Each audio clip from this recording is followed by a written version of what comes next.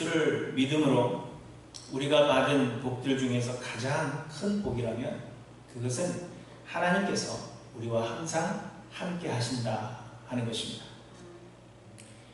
우리는 이미 죄로 죽었던 자들입니다. 곧 하나님의 형상을 따라서 영적인 존재로 창조되었지만 하나님과의 영적인 교제가 단절됨으로 우리의 영이 죽은 것입니다. 그런데 죽은 사람이 의지를 가질 수 없고 또 죽은 사람이 무엇을 선택할 수 없는 것처럼 우리는 이미 죄로 죽었던 자들이기 때문에 우리 스스로 예수를 그리스도로 믿겠다고 선택할 수 없었습니다. 그래서 하나님께서 미리 택하신 자들에게 성령을 보내주심으로 영으로 죽었던 우리가 다시 영으로 거듭나게 하신 것입니다. 그리고 우리 안에 거하시는 성령의 역사하심으로 말미암아 예수가 그리스도이심을 믿게 하시는 것이고 하나님은 그 믿음을 우리의 의로 여기사 우리를 의롭다고 인정하시고 구원해 주신 것입니다.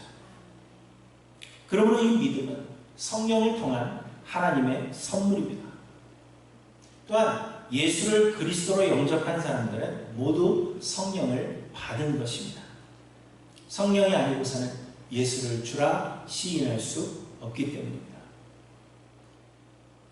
그러나 하나님께서 우리에게 보내주신 성령은 결코 우리를 떠나지 않으시며 우리 안에 거하실 것임을 약속하셨습니다. 예수님은 세상을 떠나 하늘 아버지께로 가시면서 내가 세상 끝날까지 너희와 항상 함께 있으리라 이렇게 말씀하셨습니다. 세상 끝날까지 우리와 항상 함께 하시겠다 그렇게 약속하신 것입니다. 그리고 요한복음 14장 16절에 보시면 예수님께서 하나님 아버지께 구하여 성령을 보내주실 것을 우리에게 말씀하시면서 그 성령님으로 하여금 영원토록 너희와 함께 있게 하시겠다 그렇게 말씀하십니다. 곧 예수님은 성령은 세상 끝날까지 우리와 항상 함께 하시는 것입니다. 이것이 예수 믿는 사람들에게 최고의 복입니다. 왜냐하면 이는 하나님께서 우리 안에 거하시는 것이기 때문입니다. 천지를 창조하시고 세상의 주인 되시는 능력의 하나님께서 우리 안에 처소를 마련하시고 우리 안에서 우리와 함께 세상 끝날까지 함께 하시는 것입니다. 하나님께서 우리의 삶을 주장하시고 하나님께서 우리를 인도하시며 하나님께서 끝까지 우리를 보호하실 것이기 때문에 하나님이 성령으로 우리와 함께 거하시는 것이 우리에게 최고의 복이 되는 것입니다. 많은 재물을 얻는 것보다 건강하게 사는 것보다 그 무엇보다도 하나님이 우리와 함께 하시는 것 이것이 우리에게 최고의 복입니다. 여러분 이것이 여러분에게 복으로 여겨지십니까? 이 복의 복됨을 알고 그리고 이 복을 사모하시는 그러한 자들이야말로 진정한 그리스도인들이라 그렇게 말할 것입니다. 그러므로 우리 사랑하는 하나님께 모든 성도님들은 이 복을 복으로 알고 이 복을 사모하시는 귀한 성도님들이 되시기를 바랍니다. 그런데 이 성령님은 살아 역사하시는 하나님이십니다. 그러므로 성령께서 우리 안에 거하신다면 성령께서 우리 안에 살아 역사하신다면 우리 안에 살아계신다는 증거가 나타나지 않을 수 없는 것입니다. 곧 우리의 삶에 성령으로 말미암는 삶의 변화가 나타나지 않을 수 없다는 것입니다. 사도행전은 땅끝까지 복음이 전파되게 하심으로 모든 나라와 모든 족속으로 구원을 얻게 하시는 하나님의 역사에 관한 기록입니다. 그래서 주로 하나님께서 베푸신 은혜에 우리가 주목하게 됩니다. 우리를 택하신 것도 하나님의 은혜요, 우리를 부르신 것도 하나님의 은혜며 우리로 믿게 하시며 하나님의 사역에 동참케 하시는 것도 모두 하나님의 은혜입니다. 그러나 모든 것이 하나님의 은혜라고 해서 우리가 아무렇게나 살아도 된다는 것을 말하는 것은 결코 아닙니다. 우리의 행위는 구원에 있어서 공로가 되지 못하지만 예수를 그리스도로 믿는다는 것은 성령께서 우리 안에 거하고 계시다는 증거예요. 성령께서 우리 안에 거하고 계신다면 성령께서 거하심의 그 증거가 곧 삶으로 나타나지 않을 수 없다는 것입니다. 그래서 야고보 사도는 행함이 없는 믿음은 그 자체가 죽은 것이라 그렇게 말씀하시면서 나는 행함으로 내 믿음을 내게 보이리라 이렇게 말씀하고 계시는 것입니다. 이와 같이 성령이 거하시는 자는 삶으로 그 증거가 나타나게 됩니다. 그래서 오늘 본문은 성령께서 살아 역사하시는 곧 성령으로 충만한 사람들의 그 삶의 증거가 어떤 것인지를 우리에게 말씀해 주시는 것입니다. 바라기는 오늘 말씀을 통해서 우리는 과연 성령께서 우리 안에 우리와 함께 하시는 참 그리스도인들인지를 돌아보는 귀한 시간이 되시기를 간절히 소망합니다. 여러 번 언급한 대로 유대인들은 그들이 하나님의 택하심을 받은 데에는 특별한 이유가 있다 그렇게 믿었습니다. 유대인들이 이방인들보다 더 뛰어난 면이 있기 때문에 하나님께서 자신들을 특별히 택하신 것이라 그렇게 굳게 믿고 있었던 것입니다. 그래서 유대인들은 이방인들을 멸시하고 이방인들과 섞이는 것을 원하지 않았습니다. 이방인들과는 식사도 함께 하지 않았고 대화도 하지 않으려고 했습니다. 그리고 더 나아가서 구원은 오직 유대인들만을 위한 것이라고 믿었던 것입니다. 그런데 이런 생각은 예수를 그리스도로 영접한 뒤에도 계속되었습니다. 예수가 구원을 위해 하나님께서 보내주시겠다고 약속하신 메시아이심을 인정하면서도 구원은 여전히 유대인들만을 위한 것이라는 생각이 아주 깊이 뿌리를 내리고 있었던 것입니다. 그래서 이들은 유대인들에게만 복음을 전했습니다. 베드로가 이달리아 군대의 백부장인 고넬료의 집에 들어가서 함께 먹으며 복음을 전하는 것을 예루살렘에 있던 사도들과 형제들이 비방했던 이유가 바로 여기에 있는 것입니다. 유대인들만 구원을 얻는데 이방인들과는 상종하지 말아야 되는데 베드로가 이방인과 함께 먹었기 때문에 그것을 비방한 것입니다. 그리고 오늘 본문에서도 보시면 19절에 그때 스데반의 일로 일어난 환란으로 말미암아 흩어진 자들이 베니게와 구브로와 안디옥까지 이르러 유대인에게만 말씀을 전하는데 이렇게 말씀하고 있습니다. 스데반 집사님이 순교한 이후 예루살렘 교회와 성도에 대한 박해가 심해지자 많은 사람들이 여러 지역으로 흩어지게 되었습니다. 그 흩어진 사람들이 각자 도망한 곳에서 열심으로 복음을 전했습니다. 여전히 핍박이 있음에도 불구하고 이들은 복음 전하는 일에 열심을 내었습니다. 그러나 이들이 유대인들에게만 말씀을 전했다. 그렇게 말씀하고 있는 것입니다. 여러분, 이는 결코 성령이 충만한 자의 모습이 아닙니다. 왜냐하면 성령의 사역 중 하나는 성도로 하나 되게 하시는 것이기 때문입니다. 에베소서 2장에서 바울은 이방인들이 이전에는 그리스도 밖에 있었고 약속의 언약들에 대하여는 외인이었다 그렇게 말합니다. 그러나 이제는 그리스도의 피로 가까워졌다 그렇게 말씀하시면서 에베소서 2장 18절 이는 그로 말미암아 우리 둘이 한 성령 안에서 아버지께 나아감을 얻게 하려 하시니라 이렇게 말씀하시고 한 성령 안에서 우리가 하나 되어 아버지께 나아가게 하는 것이 성령의 역할이라는 것입니다. 그러면 계속해서 말씀하십니다. 그러므로 이제부터 너희는 외인도 아니요 나그네도 아니요 오직 성도들과 동일한 시민이요 하나님의 권속이라. 너희는 사도들과 선지자들의 터 위에 세우심을 입은 자라. 그리스도 예수께서 친히 모퉁이 돌이 되셨느니라. 그의 안에서 건물마다 서로 연결하여 주 안에서 성전이 되어가고 너희도 성령 안에서 하나님이 거하실 처소가 되기 위하여 그리스도 예수 안에서 함께 지어져 가느니라 이렇게 말씀하십니다. 이처럼 유대인과 이방인을 하나로 묶어서 그리스도의 한 몸 이루시는 것이 성령의 하시는 사역이라는 것입니다. 그래서 에베소서 4장 3절에서는 평안에 매는 줄로 성령의 하나 되게 하신 것을 힘써 지키라, 이렇게 우리에게 말씀하고 계십니다.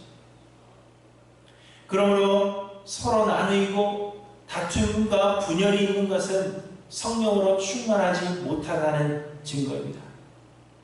만약 우리 가운데 다툼이 있고 분열이 있다면 누가 옳은가 그것을 증명하는 데 힘쓸 것이 아니라 우리의 자아를 버리고 성령의 충만함을 간구해야 하는 것을 우리에게 말씀해 주십니다.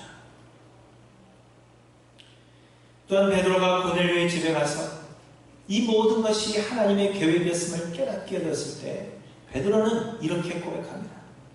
내가 참으로 하나님은 사람의 외모를 보지 아니하시고 각 나라 중 하나님을 경외하며 의를 행하는 사람은 다 받으시는 줄 깨달았더라, 이렇게 고백합니다. 하나님은 사람의 외모를 보지 않으십니다.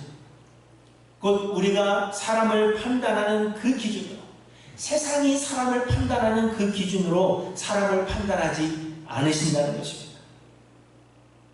마찬가지로 성령으로 충만한 사람도 사람의 외모를 보지 않습니다. 곧 세상적인 기준으로 사람을 판단하지 않는다는 것입니다. 성령으로 충만한 사람은 다른 사람을 볼 때 은혜 받은 자와 아직 은혜 받지 못한 자로만 구분이 됩니다. 동양인이요, 흑인이요, 백인이요, 많이 번 자요, 못 번 자요, 많이 배운 자요, 못 배운 자요, 이렇게 사람을 구분하는 것이 아니라 은혜 받은 자와 은혜 받지 못한 자로만 구분이 된다는 것입니다. 그래서 아직 은혜 받지 못한 자들에게는 하나님의 은혜를 알게 하고자 그리스도의 복음을 전하기를 힘쓰게 된다는 것입니다. 유대인이든지 헬라인이든지 그러한 것이 상관이 없다는 것입니다. 은혜를 받았는지 아직 은혜 받지 못하였는지 그렇게만 구분이 되기 때문에 은혜 받지 못한 자들에게는 누가 복음을 전하게 되는가, 이것이 성령 충만한 사람의 모습임을 우리에게 말씀하고 있는 것입니다. 많은 사람들이 여전히 유대인들에게만 말씀을 전했음에도 불구하고 오늘 본문의 20절에 보시면 그 중에 구브로와 구레네 몇 사람이 안디옥에 이르러 헬라인에게도 말하여 주 예수를 전파하니 주의 손이 그들과 함께 하시며 수많은 사람들이 믿고 주께 돌아오더라, 이렇게 말씀하는 것을 보게 됩니다. 대부분의 사람들이 유대인들에게만 복음을 전했지만 헬라인들에게도 복음을 전한 소수의 사람들이 있었다고 말씀하십니다. 그리고 이 사람들이야말로 성령으로 충만한 사람들인 것을 우리에게 말씀해 주시는 것입니다.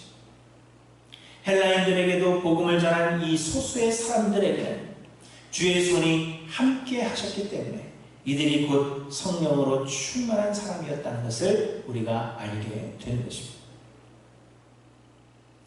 여러분, 우리는 하나님을 위해 봉사할 수 있고 섬길 수 있지만 모든 섬김이 성령 충만함의 결과는 아닙니다. 대신에 우리는 우리의 욕심이나 우리의 의를 나타내고자 하는 그러한 욕망의 결과로 하나님을 섬길 수 있습니다. 복음서에 보시면 주의 이름으로 선지자 노릇하며 주의 이름으로 귀신을 쫓아내며 주의 이름으로 많은 권능을 행하는 사람들이 많이 있지만 그들은 하나님 나라에 들어갈 수 없다, 그렇게 성경이 말씀하시는 것을 보게 됩니다. 사랑하는 성도 여러분, 우리는 성령으로 충만한지를 돌아보시기 바랍니다. 교회를 향한 우리의 열심, 우리의 열정, 그것이 성령 충만의 증거가 되지 못합니다. 대신에 사람을 외모로 판단하지 않으며 다툼과 분열이 아닌 성령으로 하나 되게 하신 것을 힘써 지키는 것이 곧 성령 충만함의 증거임을 기억하시기 바랍니다. 바라기는 우리 할렐루야 교회 모든 성도님들이 이렇게 성령으로 충만해져서 그리스도 안에서 함께 성장해가는 교회가 되기를 간절히 소망합니다. 오늘 본문은 또한 성령으로 충만한 한 사람을 우리에게 소개하고 있습니다. 그 사람은 바로 우리에게 잘 알려진 바나바라는 사람입니다. 이방인들에게도 복음이 전하여졌다 하는 소식을 들은 예루살렘 교회가 이를 확인하기 위해서 바나바를 안디옥까지 보낸 것입니다. 그런데 이 바나바에 대해서 24절에 보시면 바나바는 착한 사람이요 성령과 믿음이 충만한 사람이라 이렇게 설명하고 있습니다. 곧 바나바는 성령이 충만한 사람의 예로 우리에게 소개되고 있는 것입니다. 그런데 안디옥에 가서 예수를 믿게 된 헬라인들을 확인한 바나바의 반응은 베드로가 고넬료의 집에 가서 복음을 전했다 하는 소식을 들었던 예루살렘에 있던 형제들의 반응과는 사뭇 다른 것이었습니다. 예루살렘에 있던 할례자들은 베드로가 무할례자의 집에 들어가서 함께 먹었음으로 인해서 베드로를 비난했습니다. 이방인이던 고넬료 그리고 그 온 가족이 예수를 믿게 되었다. 그들에게도 구원이 전파되었다. 그것으로 인하여 기뻐하는 것이 아니라 베드로가 무할례자의 집에 들어가서 함께 먹었다 하는 그 사실만으로 베드로를 비난했습니다. 하지만 안디옥에 간 바나바는 하나님의 은혜를 보고 기뻐했다. 그렇게 말씀하십니다. 곧 아들이 돌아오기를 기다리다가 돌아오매 아직도 상고가 먼데도 불구하고 달려가서 목을 안고 입을 맞추며 기뻐했던 그 아버지의 심정으로 바나바는 이방인들이 구원을 얻게 된 그 사실로 인하여 진심으로 기뻐했다. 성경이 그렇게 말씀하고 있는 것입니다. 그런데 여러분 이 바나바가 처음 등장하는 것은 사도행전 4장입니다. 오순절 성령이 제자들에게 임하시고 하나님께서 믿는 자들의 수를 더하실 때 성령이 충만한 성도들이 한 마음과 한 뜻이 되어 모든 물건을 서로 통용하고 자기 재물을 조금이라도 자기 것이라 하는 이가 하나도 없었다. 그렇게 말씀하십니다. 무리가 큰 은혜를 받아 밭과 집 있는 자는 팔아 그 판 것의 값을 가져다가 사도들의 발 앞에 두매 그들이 각 사람의 필요를 따라 나누어 주었다. 그렇게도 말씀하십니다. 그런데 사도행전 4장 36절에 보시면 구브로에서 난 레위족 사람이 있으니 이름은 요셉이라. 사도들이 일컬어 바나바라 하니 그가 밭이 있음에 팔아 그 값을 가지고 사도들의 발 앞에 두니라. 이렇게 말씀하십니다. 여기에서 바나바라는 인물이 처음으로 소개되었습니다. 그런데 여러분 이 바나바라는 이름은 사실 그의 이름이 아닌 별명입니다. 사도행전 4장 36절에 보시면 바나바라는 이름의 뜻은 영어로는 Son of Encouragement, 곧 위로의 아들이라 그렇게 말씀하고 있습니다. 바나바의 원래 이름은 요셉이지만 이 사람이 어려움에 있는 사람들을 위로하고 그들에게 용기를 북돋아주는 그러한 사람이었기 때문에 사람들이 그를 요셉이라 부르지 않고 바나바라, 곧 위로의 아들이라, 위로하는 사람이라 그러한 이름으로 부르게 되었다는 것입니다. 그리고 그 이름에 걸맞게 오늘 본문에서도 보시면 바나바는 복음이 이방인들에게 전하여진 것으로 인하여 하나님께서 은혜 베푸신 것으로 인하여 기뻐하고 있다는 것을 우리에게 말씀하십니다. 그리고 그뿐만이 아니라 예수를 믿게 된 이방의 모든 사람에게 굳건한 마음으로 주와 함께 머물러 있으라 권했다. 그렇게 말씀하십니다. 곧 그들을 위로했다는 것입니다. 또 오늘 본문을 보시면 바나바는 사울, 곧 바울을 찾으러 다소에 가서 그를 안디옥에 데리고 갔다. 그렇게 말씀하십니다. 예전에 언급한 대로 바울은 다메섹에서 예수님을 만난 그 이후에도 바로 사역을 감당할 수가 없었습니다. 복음을 바로 전하고 싶은 마음이 그에게 있었지만 유대인들은 그들을 배신하고 예수가 그리스도이심을 전하는 바울을 죽이려고 했고 예수님의 제자들은 예수 믿는 자들을 잡아 핍박하던 바울의 전력으로 인해서 바울을 두려워했습니다. 그래서 바울은 복음을 전하고 싶은 그 열정에도 불구하고 10년이 넘도록 약 14년이나 되는 그 시간을 아무것도 할 수 없었던 것을 우리에게 말씀하십니다. 그런데 그러한 때에 이 바울을 사도들에게 데리고 가서 그가 길에서 어떻게 주를 보았는지와 주께서 그에게 말씀하신 일과 다메섹에서 그가 어떻게 예수의 이름으로 담대히 말하였는지를 전하여 주어서 바울을 변호한 사람이 있었는데 그 사람이 바로 바나바입니다. 그러나 그럼에도 불구하고 여전히 바울은 사역을 감당하지 못하고 있었습니다. 그래서 그의 고향 다소로 가서 그곳에서 10년이라는 시간을 보내고 허송생활하며 보내고 있었던 것입니다. 그런데 그런 바울을 다시 찾아가서 그를 안디옥까지 데리고 가서 그곳에서 말씀을 가르치는 성경 교사의 사역을 감당할 수 있도록 그 길을 열어준 사람이 바나바였다. 오늘 본문이 그렇게 말씀하고 있는 것입니다.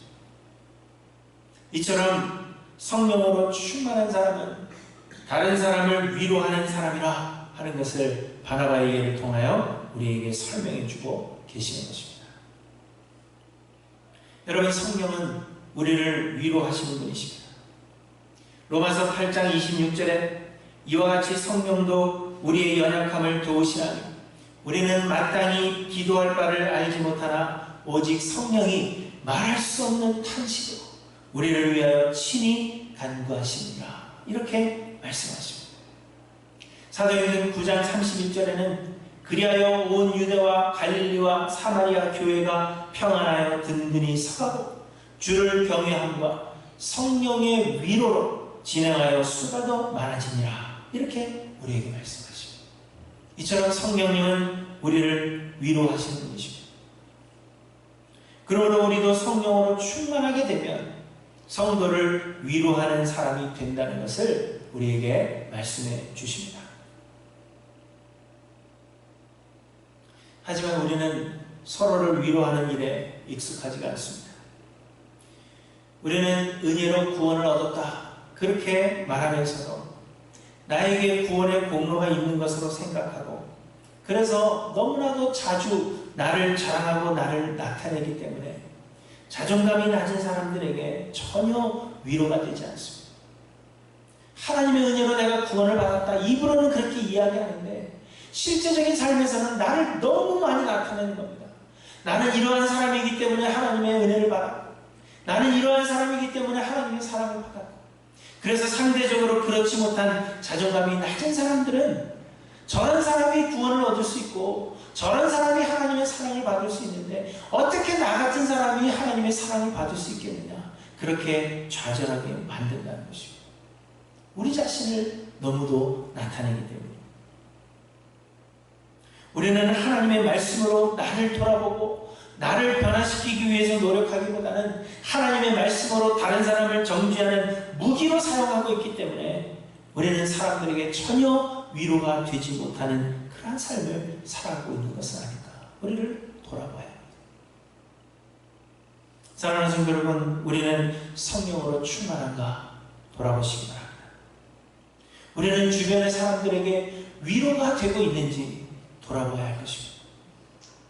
바라기는 우리 할례교회 모든 성도님들이 성령으로 충만해져서 모든 사람들에게 위로가 되기를 간절히 소망합니다. 특별히 요즘과 같이 코로나 바이러스 때문에 또 여러 가지 문제들로 인해서 많은 사람들이 힘들어하고 있는데 내가 어떻게 다른 사람들에게 위로가 될 것인가 생각해 보시고 나를 위해서가 아니라 다른 사람에게 위로가 되는 삶을 사시는 저와 여러분들이 되시길 바랍니다. 그런데 또 본문을 보시면 그때 선지자들이 어떤 선지자들이 예루살렘에서 안디옥에 이르렀는데 그 중에 아가보라는 사람이 천하의 큰 흉년이 들리라 그렇게 예언하였고 글라우디오 때에 그렇게 되었다 말씀하십니다. 그래서 오늘 본문 마지막에 보시면 안디옥에 있는 제자들이 각각 그 힘대로 유대에 사는 형제들에게 부조를 보내기로 작정하고 이를 실행하여 바나바와 사울의 손으로 장로들에게 보냈다 그렇게 말씀하고 있습니다. 안디옥에 있는 형제들이 유대에 사는 형제들에게 부조를 보내기로 작정하였다. 그래서 이 일을 실행하였다는 것입니다. 그런데 여러분, 이때는 예루살렘에 있는 교회와 이방 지역에 있는 교회들이 서로 좋은 관계를 가지고 있던 때가 아니었습니다. 우리는 그냥 생각하기에 교회가 어려움을 당하니까 다른 교회가 도왔지, 당연하지, 그렇게 생각하지만 실상은 예루살렘 교회와 이방에 있는 교회들이 서로 그렇게 좋은 유대 관계를 가지고 있던 그러한 때가 결코 아니었습니다. 예루살렘의 교회는 유대인들이 주축을 이루고 있었고, 안디옥에 있는 교회는 이방인들이 주축을 이루고 있던 교회였습니다. 그런데 당시 유대 그리스도인들은 구원이 유대인들만을 위한 것이라 그렇게 생각하고 있었기 때문에 헬라 그리스도인들에 대하여 그리 좋은 감정을 가지고 있지 않았습니다. 대부분의 유대 그리스도인들은 이방인들이 구원을 얻기 위해서는 할례를 받는 등 모세의 율법을 지켜야 한다, 그렇게 주장할 정도로 헬라인들을 그리스도인으로 받아들이는 것을 원하지 않았습니다. 바울이 1차 전도 여행을 마치고 예루살렘에 갔을 때에도 가장 큰 논쟁이 되었던 것은 헬라인들이 과연 구원을 얻을 수 있겠느냐 하는 것이 끊이지 않는 논쟁이었던 것을 여러분 기억하실 것입니다. 그럼에도 불구하고 안디옥에 있는 성도들이 흉년으로 고통당할 예루살렘 교회의 성도들을 돕기 위해서 각각 그 힘대로 부조를 거둬서 바나바와 사울의 손으로 예루살렘 교회에 보냈다는 것입니다. 자기들을 인정해 주지 않는 그 사람들, 항상 의심의 눈초리로 저 사람들이 과연 구원을 얻은 사람들일까, 구원을 얻을 자격이 있는 사람들일까, 그렇게 의심하고 있던 예루살렘 교회의 형제들에게 어려움을 당하고 있는 그때에 부조를 보냈다는 것입니다. 또한 여러분 28절을 보시면 천하에 큰 흉년이 들었다, 그렇게 말씀하십니다. 이는 온 세계를 말하는 것은 아니지만 천하, 곧 로마가 통치하고 있던 그 모든 땅에는 큰 흉년이 들었다는 것입니다. 그러므로 예루살렘에만 흉년이 든 것이 아니라 안디옥에도 큰 흉년이 들었던 것은 마찬가지였다는 것입니다. 그럼에도 불구하고 안디옥에 있는 성도들이 오히려 자신들을 경계하고 있는 예루살렘에 있는 성도들을 위해서 부조를 보냈다는 것을 말씀하고 있는 것입니다. 안디옥은 어려움을 당하지 않고 있기 때문에, 부유하기 때문에 부조를 보낸 것이 아니라 예루살렘이나 안디옥이나 동일하게 어려움을 겪고 있는 그 상황이라 할지라도 예루살렘에 있는 형제들을 위해서 부조를 보낸 것입니다. 이처럼 여러분, 성령으로 충만하면 모두를 사랑하고 품게 되는 것입니다. 왜냐하면 하나님은 사랑이시기 때문입니다. 하나님은 우리가 하나님을 알지 못할 때 우리를 먼저 사랑하사 우리를 위해 독생자 예수를 보내주셨습니다. 우리를 향한 하나님의 사랑에는 조건이 없는 것입니다. 하나님은 사랑이시기 때문에 우리가 하나님의 영, 성령으로 충만하게 되면 우리 또한 모두를 사랑하고 품게 된다는 것을 말씀하시는 것입니다. 또한 여러분, 하나님은 우리를 먼저 사랑해 주셨습니다. 이는 우리에게 사랑받을 만한 어떤 조건이 있기 때문에 우리를 사랑하시는 것이 아니라는 의미입니다. 오히려 하나님은 우리가 아직 원수되었을 때, 하나님과 원수의 관계에 있을 때 그의 아들을 십자가에 못 박으시기까지 우리를 사랑해 주셨습니다. 그러므로 성령으로 충만한 자들이라면 원수까지도 사랑하게 되는 것입니다. 로마서 12장 20절에 내 원수가 줄이거든 먹이고 목마르거든 마시게 하라, 그렇게 우리에게 말씀하십니다. 베드로전서 3장 9절에는 악을 악으로 욕을 욕으로 갚지 말고 도리어 복을 빌라, 이렇게 우리에게 말씀하십니다. 이것이 여러분 성령 충만함의 증거라는 것을 여러분 기억하시기 바랍니다. 사람들은 성령 충만이라 하면 기적을 행하고 신비로운 능력을 행하는 것으로 그렇게 생각합니다. 성령으로 충만하다 하면 방언으로 기도하고 미래를 예언하는 것이 성령 충만이라 그렇게 사람들은 오해합니다. 그러나 여러분, 성령의 충만은 신비로운 능력이 결코 아닙니다. 우리 안에 거하시는 성령의 역사하심으로 말미암아 사람을 외모로 판단하지 않는 것이요, 조건 없이 은혜 받은 자들로서 서로를 위로하는 것입니다. 우리를 먼저 사랑하신 하나님의 그 사랑으로 원수까지라도 사랑하게 되는 것, 이것이 곧 성령 충만입니다. 여러분, 성령 충만하십니까? 우리는 성령 충만한 자들인지 우리를 한번 돌아보는 귀한 시간이 되기를 소원합니다. 오늘 본문의 26절에 보시면 제자들이 안디옥에서 비로소 그리스도인이라 일컬음을 받게 되었더라, 이렇게 말씀하고 있습니다.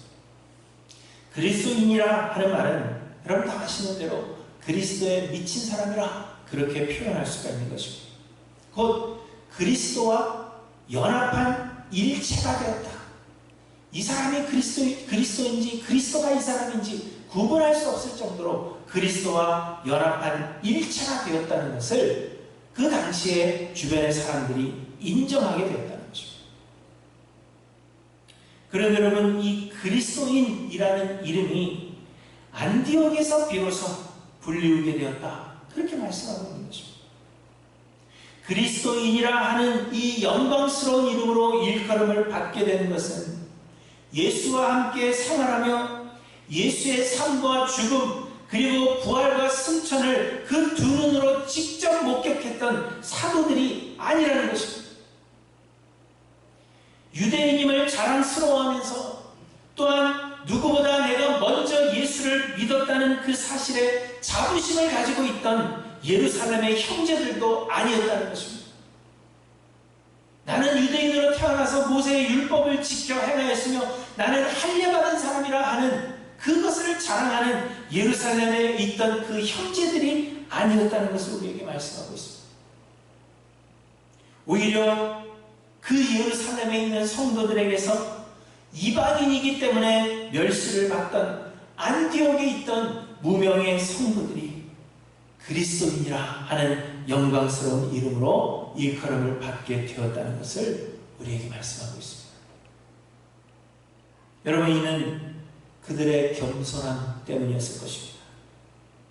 내세울 것이 없어서, 그래서 자아를 버리고 성령으로만 충만하라, 옛사람은 죽고 그 안에 예수 그리스도만이 사셨기 때문일 것입니다. 인간적으로는 보여줄 것이 하나도 없기 때문에, 그래서 예수 아니고서는 살 수 없다라고 고백을 하며 하루하루를 살아갔기 때문에, 그들의 심령 안에 예수 그리스도만이 사셨기 때문에 이들이 그리스도인이라 일컬음을 받을 수 있었을 것입니다. 사랑하는 성도 여러분, 저는 우리 하이랜드 교회가 참 그리스도인이라 일컬음을 받는 교회가 되기를 간절히 소망합니다. 여러분, 그러기 위해서 우리에게 어떠한 능력이 필요하지 않습니다. 우리에게 어떤 특별한 지식이 있어야 되는 것이 아닙니다. 성령의 충만은 신비로운 능력이 결코 아닙니다. 여러분, 자아를 버리고 성령의 충만을 간구하시기 바랍니다. 사람을 외모로 판단하지 않으며 서로를 위로할 뿐만 아니라 원수까지라도 사랑하게 되기를 여러분 소망하십시오. 우리는 가진 것도 없고 지식도 많지 않으며 능력도 없고 내세울 것도 하나도 없지만, 또 우리 교회는 제가 개혁주의 목사이기 때문에 방언으로 기도해야 된다 그렇게 여러분들에게 얘기하지도 않고, 예언을 해야 된다 얘기하지도 않고, 신비로운 능력을 경험해야 된다 그렇게 이야기하지도 않기 때문에 여러분들에게는 그러한 능력과 체험이 없음에도 불구하고 성령으로 충만하여져서 참 그리스도인이라 그렇게 일컬음을 받는 우리 하이랜드교회 모든 성도님들이 되시기를 주님의 이름으로 간절히 축원합니다. 기도하십니다.